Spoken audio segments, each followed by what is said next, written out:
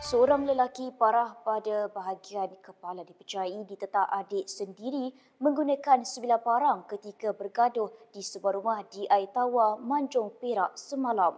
Insiden dipercayai berpunca gara-gara tidak berpuas hati dengan tindakan abangnya iaitu mangsa berusia 56 tahun menendang pintu bilik air ketika anak perempuan suspek sedang berada di dalam.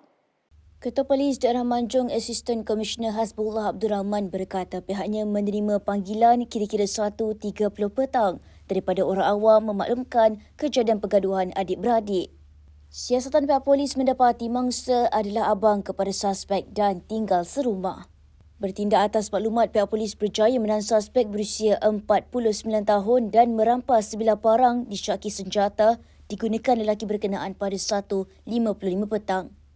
Mangsa kini sedang menerima rawatan di Hospital Seri Manjung dan kes disiasat mengikut Seksyen 326 Kanun Keseksaan.